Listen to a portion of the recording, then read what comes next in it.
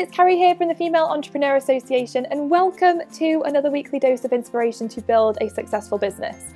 So, a lot of entrepreneurs struggle when it comes to creating really good sales pages that convert, and I think it's for two major reasons. Firstly, they don't know how to actually structure the sales page, and secondly, half the time they're not really clear on who they're writing it for, which is a massive problem. So, to make sure this never happens to you again, and to make sure that from here on out you create wonderful sales pages that convert really well, we are joined by the amazing Amy Chick, founder of HeyAmyChick.com, and she's going to be teaching you how you can start creating incredible sales pages. So Amy, thank you so much for joining us. Thanks so much for having me.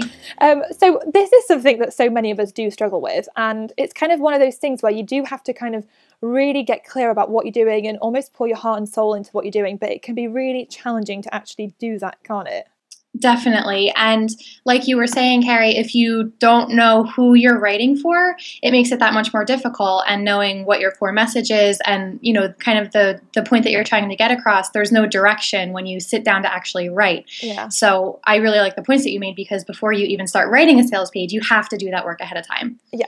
So what are the things that people can do to create and start writing amazing sales pages that are going to actually work?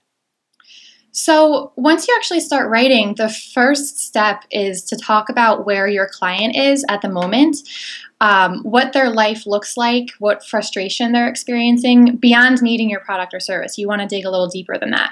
So, how does this problem interfere with her life? How's she handling it? What has she done so far to try to fix it? So for example, let's say you're providing a service for working moms. Maybe your focus is on helping mom feed her kids healthy meals without having to cook for, hours at a time.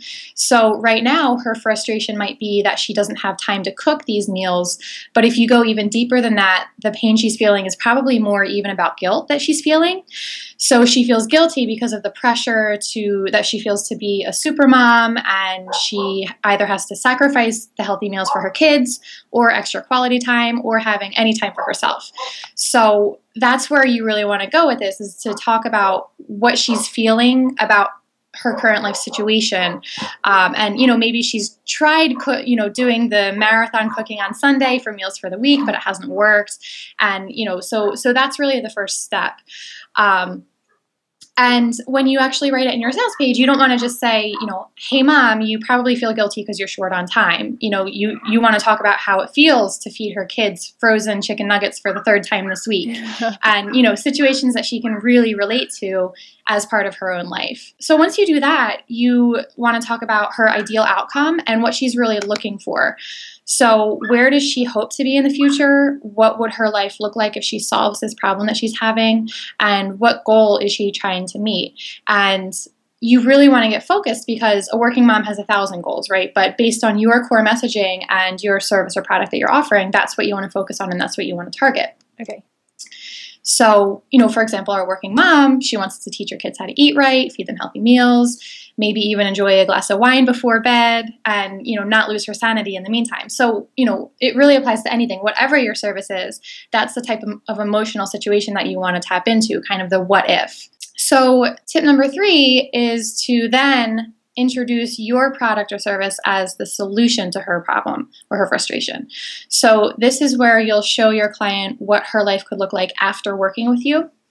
And depending on how you structure your sales page, this is also a really great place to include testimonials, because social proof and seeing how other people's lives have changed can be one of the most powerful ways to picture it for yourself.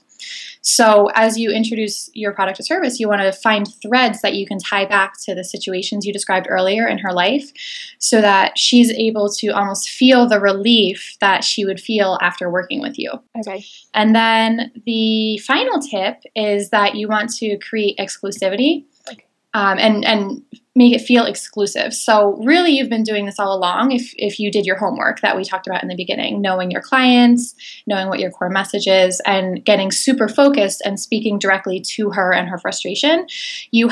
By doing that, you help your visitors to your website and your sales page self-select, whether or not they're in the right place.